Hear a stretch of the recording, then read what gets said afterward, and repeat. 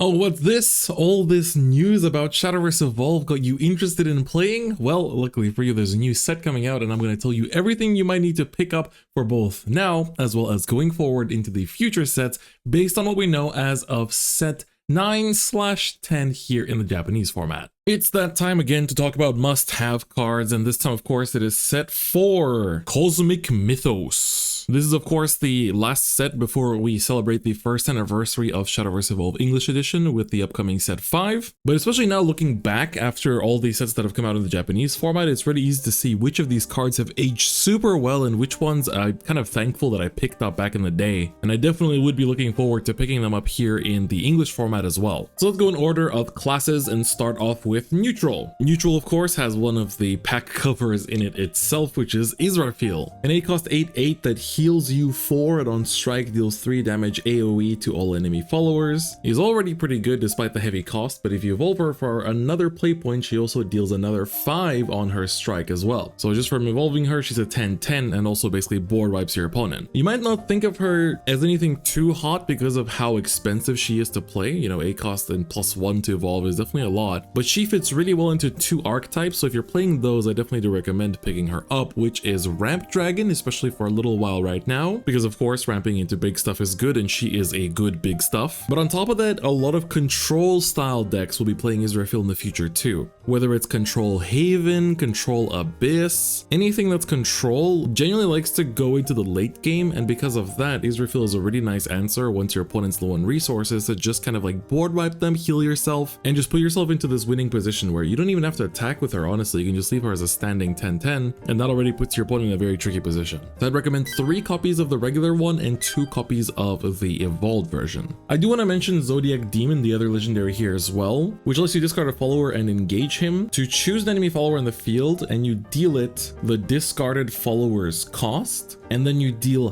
half of that damage rounded up to your opponent's leader. So if let's say you discard an 8-cost follower for this cost, you get to deal 8 damage to a follower and then 4 damage to the enemy leader. This is again pretty good in ramp decks. You could even put it in Discard Dragon, honestly. So it could also be a pickup at 3, but again, it is very much in select archetypes only. I think that's the nice thing about neutrals going forward, is that a lot of them do have these kind of like case scenarios where they're not necessarily played in everything. I mean, some neutrals that come out in the future will be like that, but quite a lot of them are kind of like the ones in this set where it's like, okay, certain decks do want this, but other ones not necessarily. Grimnir, for example, is a goal that also kind of works pretty well in certain long game oriented decks, where he's a 3-cost 3/4 that evolves for 2 and has ward, but when you evolve him, you can pay an additional 4 play points. So in total, you are investing 9 play points into this play to deal 4 damage to each enemy leader and enemy follower on the field, and he's also 5/6. So again, if you're planning to play something along the lines of control, then maybe like a 3/3 would be good here. Ariat is another interesting card where she's a 5-cost 4/5 that refreshes one of your engaged followers and gives it +2/+2, but then it cannot attack for this turn. What's good about this is that of course you get to just position something back up, and especially if you have something with aura that swung last turn, then you can just make it again refreshed, and then that way until next turn your opponent can't really attack into it or select it by abilities. So she's a cool little play you can do. So I think again she could be a good pickup as a 3 of maybe, but definitely not super high in the priority list. I'm personally quite a big fan of Pure-Hearted Singer, 3-cost 1/2 that on Fanfare and Last Words draws you a card. It's a slightly higher costed budget replacement for Bellringer, although it lacks the ward. But I remember back when this set came out picking up quite a lot of these copies because I was like, whenever I would be stuck on last 3 slots of a deck, I can just put her in and she'll help me draw into cards. And the final card for neutral is Mystic Ring actually, which is a 1-cost quick spell that puts a card from your hand on the bottom of your deck and then draws a card. You might be thinking, why would I need such a niche case scenario card? And actually all the way in set 8, there will be a deck called Lishana Chimera OTK, and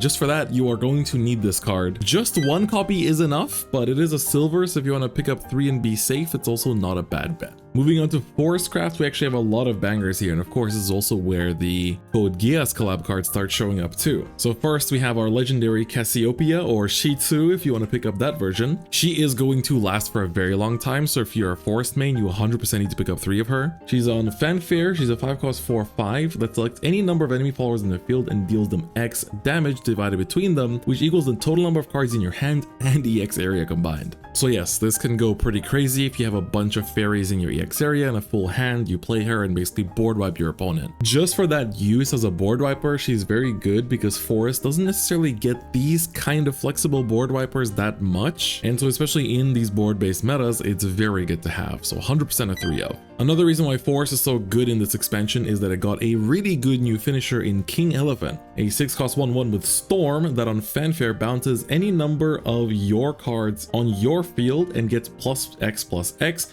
X equaling the number of cards in your hand after you've bounced. So oftentimes, you know, you're gonna have like a 7-8 card hand or something when you play this, and that's gonna be a pretty huge, you know, like 8/8 follower. But it doesn't end there, because if you evolve it for 4, so of course it does require you to invest 10 play points, he on evolve not only keeps the Storm, but once again gets +X+X equaling the number of cards in your hand, and now he also ignores Ward. So you can just play the long game and just kind of like drain out your opponent with cards like Cassiopeia, and then you just go for insane damage ignoring Ward to your opponent's face. King Elephant, both forms are also a 3/3 pickup in my opinion. I guess you could get away with just 2 copies of the evolved King Elephant, but you'll notice that his trait is Hunter, which is going to be a trait of cards that's going to be pretty good starting from set 5. So King Elephant definitely gets a lot of good long-term use. Honestly, most of the Forest cards in this set are used for a very long time. Fashionista Nelcha is another one that's really good. She's a 2-cost 2/3 that if you engage her and you've already achieved combo 3, you can choose one of the following effects.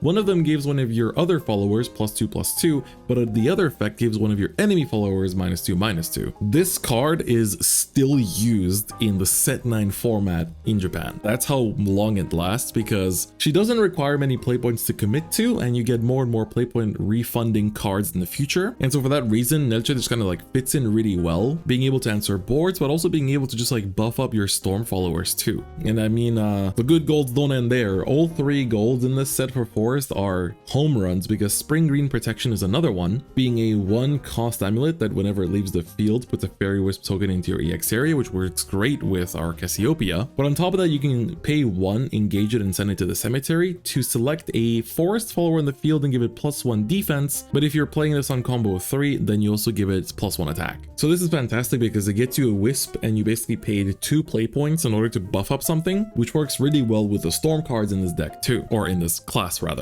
Speaking of which, let's talk about Sukuna, a silver card that you are going to want to pick up 3/3 of no matter what, because oh my god, this card will be used forever. 1-cost 1/1 that evolves for 1, which means that you can play it on 1 going second and evolve into it immediately. And when you evolve into her, she's a 2/2 with Storm, and on evolve, if you achieved combo 3, she gets +1/+1, so she's 3 damage Storm. But on combo 5, she gets +3/+3 instead, so she's a 5 damage Storm. Again, this works really well with Nelcha, works well with Spring Green Protection, and in general, combo-based Forest decks will be very, very good going forward, so this is going to be a must-have. You don't want to randomly get got building Forest and then in the future realizing you don't have this, because trust me, even 1 year later, Sukuna is going to be used. And another silver that's still going to be used in a year is Elf Song. Elf Song summons a fairy token for 2 play points, but if you've played it on combo 3 or greater, you buff your entire field of Forest followers +1/+1. So this doesn't include neutral cards if you have any in the field, but even the fairy that you play out from this effect also gets the +1/+1, so it's actually huge. We are still not done. We have a 3-cost 3/3 Starry Elf that on Fanfare searches your deck for an amulet and adds it to your hand. Again, any amulet-based decks in Forest will want this, so it's another 3 of pickup. Generally speaking for Forest, everything is a 3 of, by the way. And I wasn't going to initially include this in the list, but just in the recent Japan Championship, which you can watch the VOD of that me and Igni commentated on the official English Evolved channel, Ivy Spellbomb was a super important card for Puppet Forest, which is going to be a deck coming out, well, relatively soon, I guess. I guess not that soon yet in English. That it was super important. It's a 3-cost that deals 5 damage to enemy followers, so especially in formats where 5 defense is common, you're going to want this. But then also on combo 3 deals 3 damage to the enemy leader too. So another 3 of pickup. Forest is just eating super well this set. I feel like I actually introduced the majority of the card pool that is in this set, because genuinely virtually everything here is going to be used for a very long time. Unfortunately, can't say the same for the sword card pool, although there are a lot of good cards. And there's some kind of like, yeah, this is good right now, but it's going to fall off pretty fast, so I chose not to include some of them. So honorable mention goes to Gawain. Gawain's okay if they print their 3 support, it's going to get pretty cool. Being virtually a 3-cost 5/5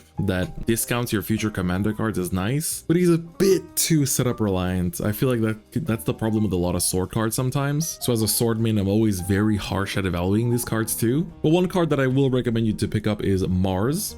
She's a 3-cost 3/2 that evolves for 0, which is very welcome in Sword. That basically gives any officer follower that goes into your field +1 attack. On evolve, you can choose to pay X amount of play points, and you search your deck for an officer follower that costs that many play points or less and put it onto your field. So for example, if you want to search a 1-cost officer, you pay 1. If you want to search a 4-cost officer, you can pay 4. And she will buff that officer too, which is very nice. So I think she has some good potential future use too. Being a 3-cost that evolves for 0 is pretty nice. And even right now in a lot of mid-range sword lists, you will want her as well. For golds, Barbarossa is a very good card that says it's a 5-cost 6/5 that if there are 3 enemy cards on the field or more, it actually is a 3-cost 6/5, which has a sail and evolves for 1. And the evolve version is really interesting where it has a sail as a 7/6, but then it goes to the EX area on last words. So the original version of it will go to the EX area, but the evolve version will go back to the evolve deck. So for Barbarossa, you can actually pick up 2 of the main body and 3 of the evolved version, because you're going to be using the evolved version more than the main body, if that makes sense. Another must-have card for any mid-range or aggro sword decks is Perseus, a 1-cost 2/2 that as long as you have 3 other followers in the field, when you play him on Fanfare, it gets +1/+1. 1-cost 3/3 is ridiculous in stats, so he's going to be good.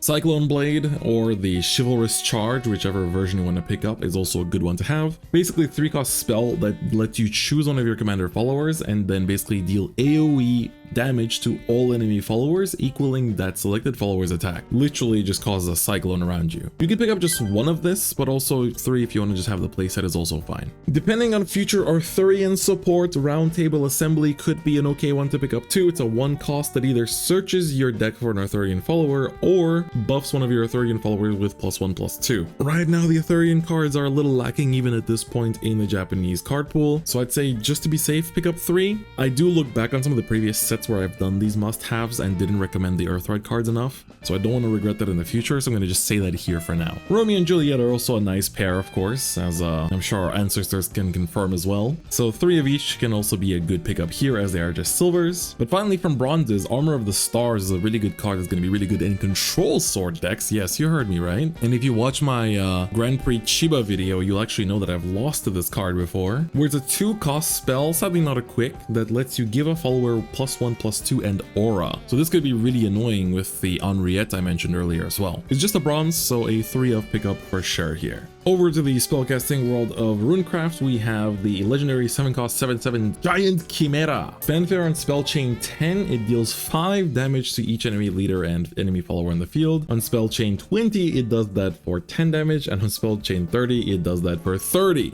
Funnily enough, once this card reaches its competitive peak, you're going to be doing the spell chain 30 version of this. The card I mentioned in the neutral segment uses Giant Chimera in a very interesting way. And so yes, you do win by just dealing 30 damage to your opponent. It's pretty crazy. So I'd say for Giant Chimera, you want to pick up 2 copies or 3 at max. It is used in other variants of Rune, of course, as well, but if you want to just like pick it up for that set 8 deck, 2 should be enough. Chain of Calling is a really good quick spell that's going to be used for a very long time in Rune as well. It's a 2-cost quick that lets you look at the top 5 cards of your deck and find a Rune follower and add it to your hand. The rest goes to your bottom of your deck. And if you're in spell chain 10, then you get to recover play points. It's virtually 1 play point. Really good because you can basically just like end your opponent's turn with this and then search something that you can play next turn. But it's overall just really strong as a search card, and you can also pick up the Code Geass version of it too. Star Reader Stella is another important card that saw some use in the most recent Japan Championship just a couple of weeks ago, where she's a 3-cost 3/3 that on Fanfare lets you look at the top 4 cards of your deck,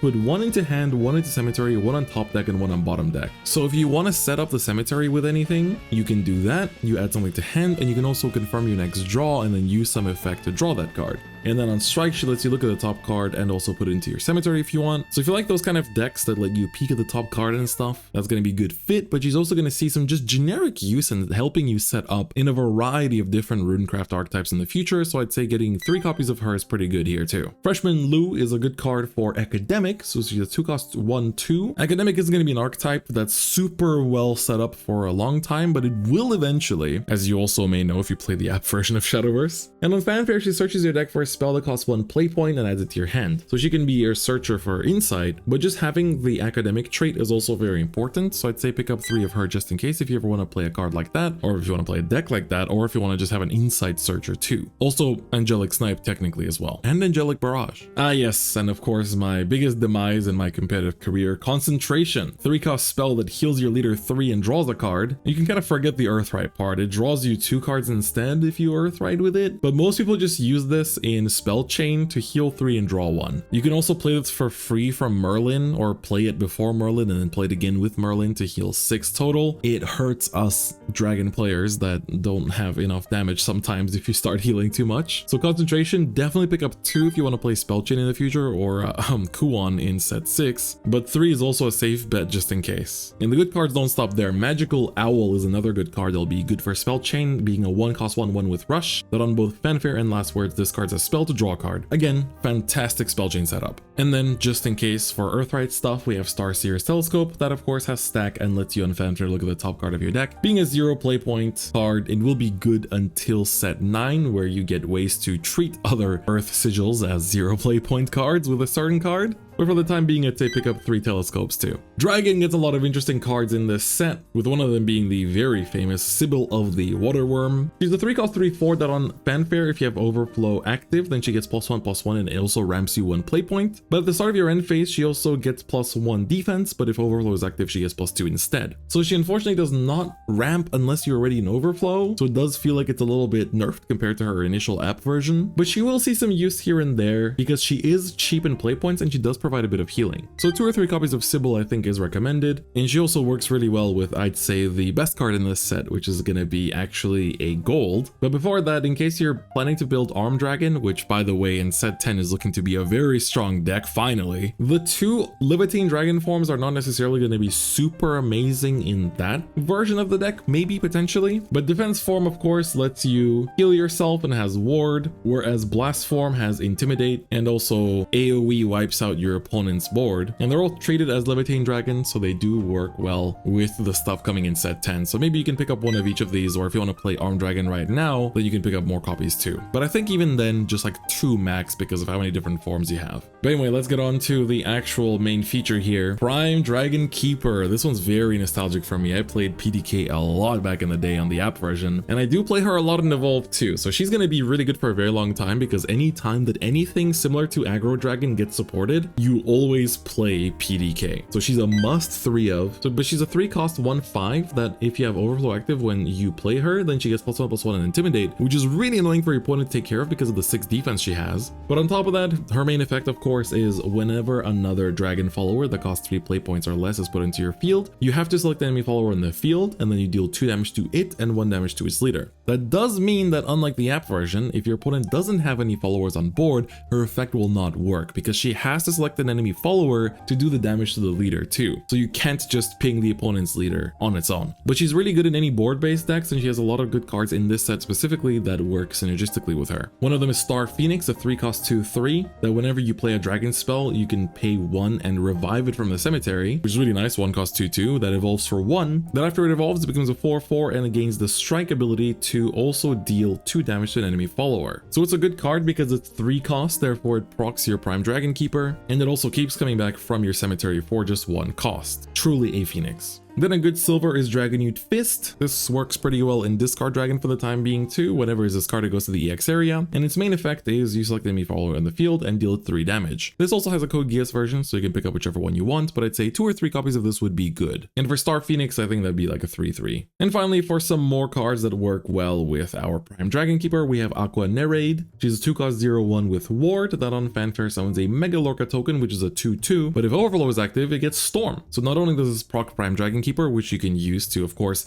get 2 instances of damage from her because the Mega Lorca procs at 2. We can also get 2 damage to face on top of that, on top of the 2 damage that the PDK is doing, so it's overall really good synergy with PDK. And finally, we sometimes see use of the 1-cost Dragon's Nest, which lets you engage it and send it to the cemetery to give your leader +2 defense and draw a card if you are an overflow. So overall, Dragon got a very interesting support for its more aggressive archetypes. So PDK is kind of like the card that you build aggro Dragon around going forward, or rather, whenever you want to play aggro Dragon, you have to just kind of put PDK in because she fits in so well with the card pool. All right, Abyss this time around got some good stuff. Also, if you've been paying attention to the set 10 reveals for Evolve on the Japanese side, you've noticed that all the Shadowverse Flame decks are getting supported. So just to cover myself, because I haven't seen any reveals yet regarding this card, but just in case, I'll recommend you pick up Howling Demon at 3 and 2 copies of the Evolve version. As, you know, on Evolve, it is a 7/6 with Storm that heals you 5, so I feel like it might be pretty easy to use this anyway. And also deals damage to an enemy follower on Fanfare on his regular body, so I think just in case, it doesn't hurt to recommend this. But the main feature, of course, is Lelouch, leader of the Black Knights, or rather, it's Demon Lord Ektar. Ektar is probably a pretty familiar face to people that played the app version at the very beginning, being a 7-cost 5/6 that while he's on the field, each of your Abyss followers gains Rush, but on Fanfare, if you're at Necrocharge 10, which by the time you reach 7 play points is usually going to be the case, lets you choose 2 Abyss followers that cost 2 play points or less in your cemetery and put them back onto your field and give them +1/+1. It's not just those that you play by his effect, but everything else that's on your field also gains +1/+1 other than him. But if you're Necrocharge 20, they get +3/+3 instead, which can definitely spiral out of control if your opponent doesn't constantly trade away your board. And the fact that it gives Rush to everything that gets played is also really good, and you can use it in conjunction with a lot of other good cards. So whether that's like Demonium, which has like Bane, some of the Umusume cards, etc, etc. For Silver's Grave Desecration is pretty good. It's a 1-cost amulet that on Fanfare mills the top 2 cards of your deck, and you can pay 2 and send it to the cemetery after engaging it to choose a departed follower in your cemetery and add it to your hand. This, for example, being Ektar himself, so this is basically just a way to recover your Ektars in case you mill them, and keep putting pressure on your opponent. Finally, again, in the same vein as Howling Demon, Demonic Drummer would also be recommended as a 1-cost 1/1 with Ward, that on Fanfare lets you pay 2 play points, search your deck for another copy of himself and put it onto the field, and on the last word he heals your leader 1. Pretty good, just because it also compresses your deck and is also very cheap to play, so another 3 copies of this one would be recommended. And finally, Havencraft, which actually got some really good cards and honestly has made Fabled Haven arguably the best deck in the format, but also gave control decks a lot. So let's talk about control decks first, which of course, Aether of the White Wing is a huge one here, letting you play her for 7 play points, and then on Fanfare, letting you search for a Haven follower with a different name from her that costs less than your maximum play points and put into the field. What this means is that you can play her on 9 and search out Heavenly Aegis, and then discard 3 to evolve said Heavenly Aegis, while putting a ward in front of him on top of that with Aether. She's only gonna get better in the future as more cards come out that she can search out, so even on playing her on 7, she of course searches out 6-cost followers, but you definitely want to use her with stuff like Aegis because of how powerful that combo is. Definitely pick up 3 copies of her if you're planning to play Control Haven in anywhere near in the future. The Jean Dark archetype in general gets support too, so Dark Jean being a 6-cost 5/5 that AoEs your opponent's followers for 2 and buffs your followers' attack by 2 is pretty good, and you can evolve her as long as your leader's defense is at least 5 to deal 4 damage to enemy follower and also to your opponent's leader. So I'd say 3 copies of her base and evolve versions are also good. But arguably one of the best cards in this entire set in terms of its meta impact is Andromeda. 1-cost 2/2, so she's a goblin in stats. That on Fanfare, for the rest of this turn, your leader and each follower currently on your field, including this one, this doesn't take ability damage. Now you might be thinking, oh, what am I protecting myself from over here? It's like, I'm not gonna get effect damaged by my opponent during my turn, right? That's not the point. You have to use this card with Humpty Dumpty and Explosion, of course, which force you to discard your hand when you evolve into Humpty Dumpty, but also deals damage to your own field, while also doing it to your opponent. So this means that you can play a bunch of followers, including Humpty Dumpty, and then play Andromeda, evolve the Humpty Dumpty, and then you get to keep your field while your opponent gets destroyed. Andromeda is definitely the reason why I think that Fabled Haven became by far the best deck in this format.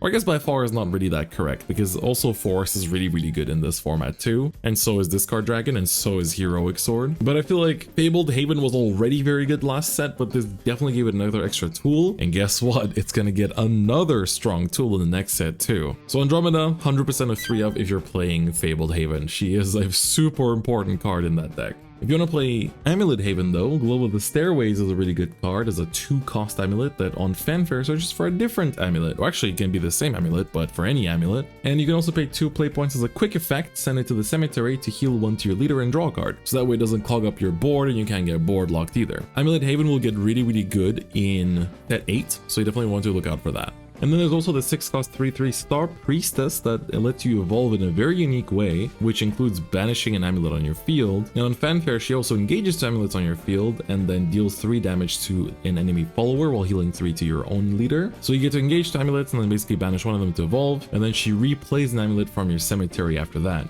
And that amulet cost can be whatever, which is really huge again for especially some of these like more control versions of Amulet Haven too. So you can really like play out the game in the long term, even discard some stuff and then bring it back out with Star Priestess. And speaking of amulets, the final card is the Candelabra of Prayers, being a 1-cost amulet that whenever another amulet is put into your field once per turn, you get to heal your leader 1. Very simple effect, but that every turn healing definitely does add up, and it stays on the field permanently unless you remove it by something else like the Star Priestess. So it is a card that'll stick around that I do recommend picking up at 3 copies. And that's gonna be it for the must-haves for this set. Quite a lot actually, and I always enjoy making these videos, and I hope they help you guys prepare for these releases too and what you should pick up from your packs and from your local stores. Let me know if there's any other cool cards from this set that you feel I might have missed that you feel that should be also given some attention, as I do focus a lot on the cards that last in the long term rather than just cards that are good in the exact current format. If you do want to see the competitive builds for the decks featured in this set, that video will be coming out pretty soon too. I'll be focusing of course on the archetypes that come out from this set for the most part, or are very strongly supported from this set, so you might not see stuff like Heroic Sword in there, because that's already a top tier deck that didn't necessarily get anything from this set, but there's still a lot of cool stuff to talk about just from this set alone. But with that, if you enjoyed this video, give it a like, and if you haven't already, please do subscribe, and as always, thank you so much for enjoying Shadowverse Evolve and for watching these videos. But with that, that's gonna be it for me today. Thank you so much for watching, and I'll see you guys next time. Bye bye.